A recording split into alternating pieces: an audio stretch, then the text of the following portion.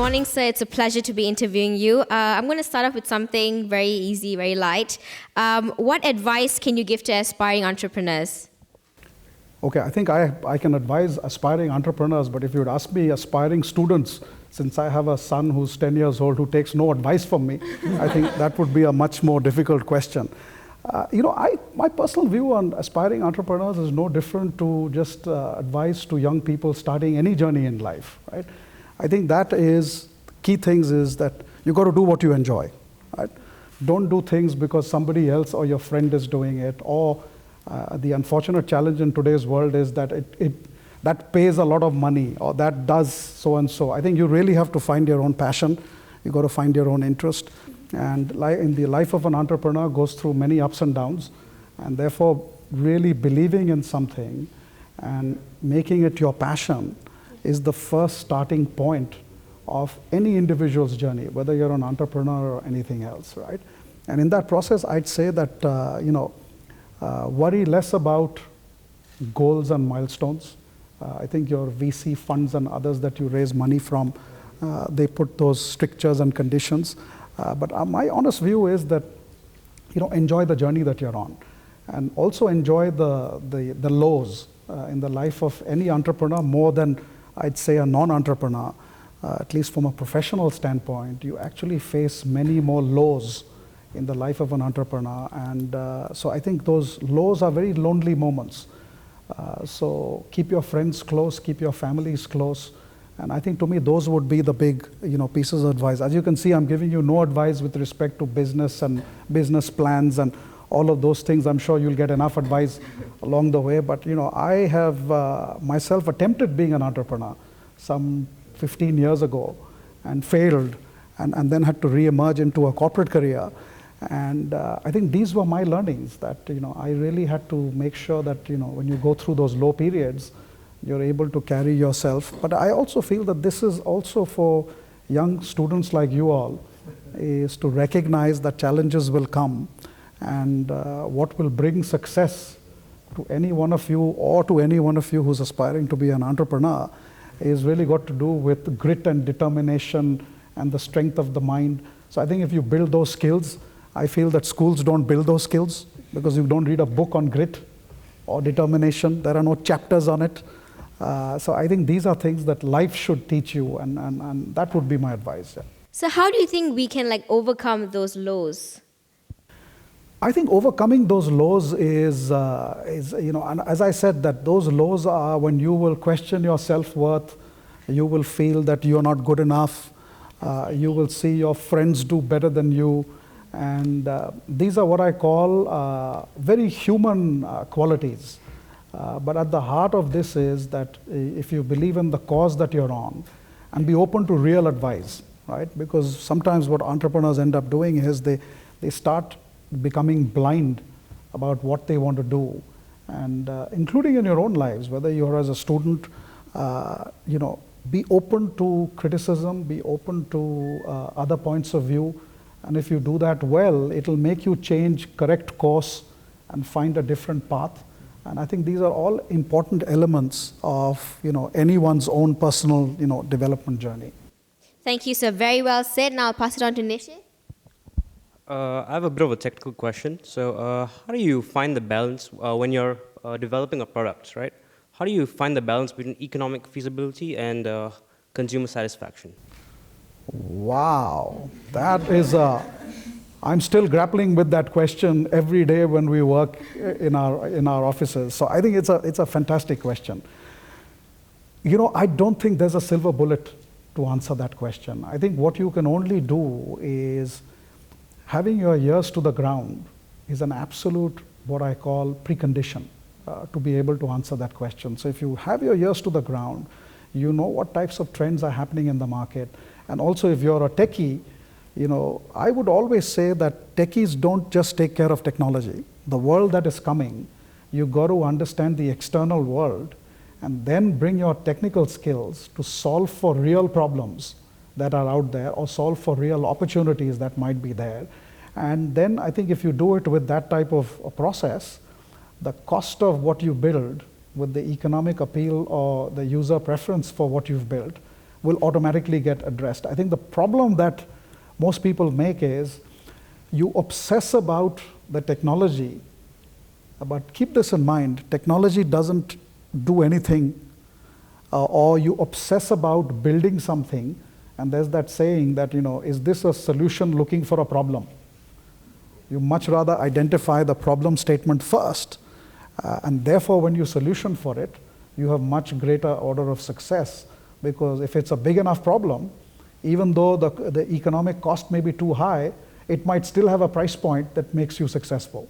Whereas if you solve for something that is not really a problem, even though the economic cost to build it might be very low, but you may still not have a market, right? So I think that would be, the logic would be the way I've just suggested. Yeah. I mean, right now we are hearing about fintech. Yes. We're hearing about artificial intelligence. And in the field of financial technology, if you see artificial intelligence is mining a lot of consumer data, Yes. right?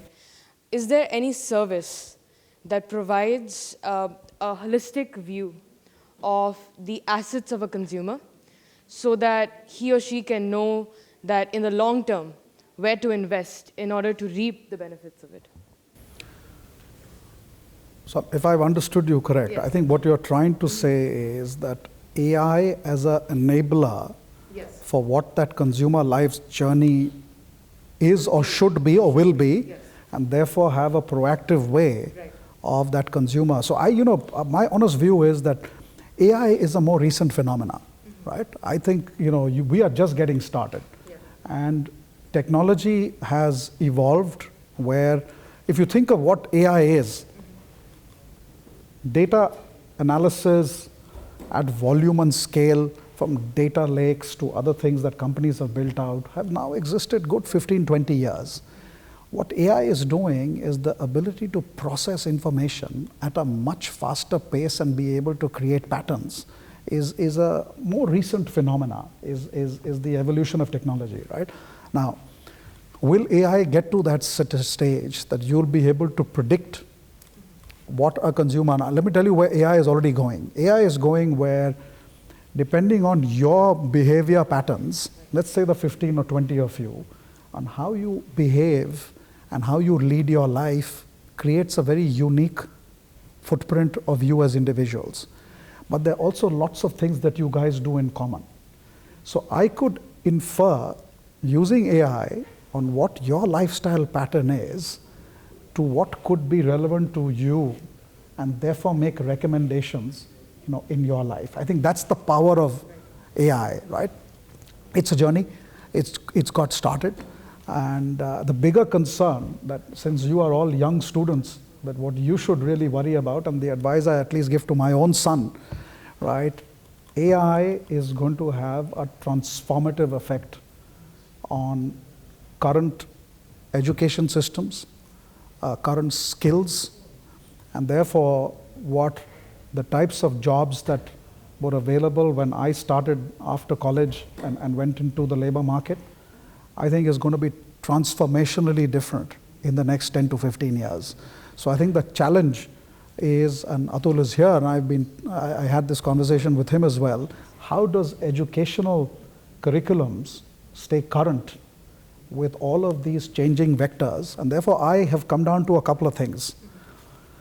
There are some core skills that all of you should really focus on. I was at a fintech festival fintech conference in California, and you had a number of fintech companies come, and just the level of what fintech and AI is going to do in a US market which is highly developed. So I got on the plane coming back, and I said, my son is 10 years old, and when he comes out of college, I don't think the world will look anywhere near what it looked when I went out of college into the labor force. And therefore, the key skills I would strongly say is, make sure your math skills are really good. Math builds great logic skills. From there, I would strongly advise that, I think the shift in the current world is going to go back to some very hardcore core skills. Engineering, technical computer programming. These will have a massive premium in the world that is coming. You certainly need language skills, right? I think there is going to be disruption in a number of spaces, from risk management to others, which today employs humans, will no longer need humans. So I think I would say that think about how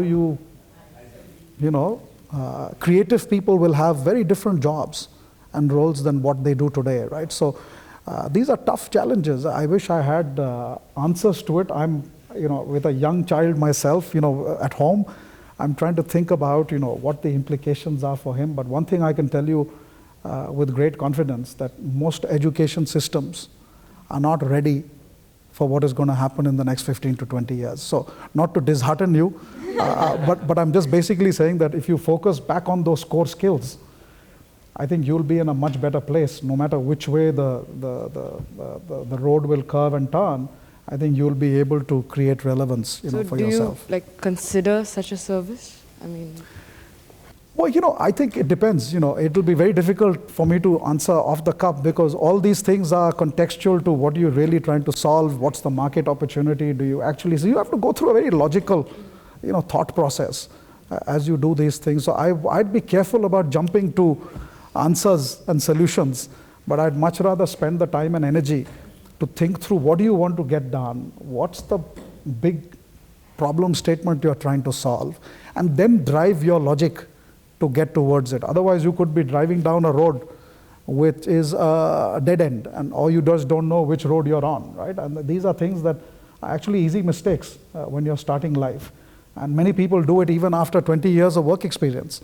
That they take on a project, they just don't know where it's going, but they're really excited about it. So I think having clarity on where you want to go and why you want to go are actually important elements which will answer you'll answer the question. I won't have to answer it, for you. okay. Thank you. Excellent. Thank you. Thank you, sir. Thank you. Thanks a lot. Yeah.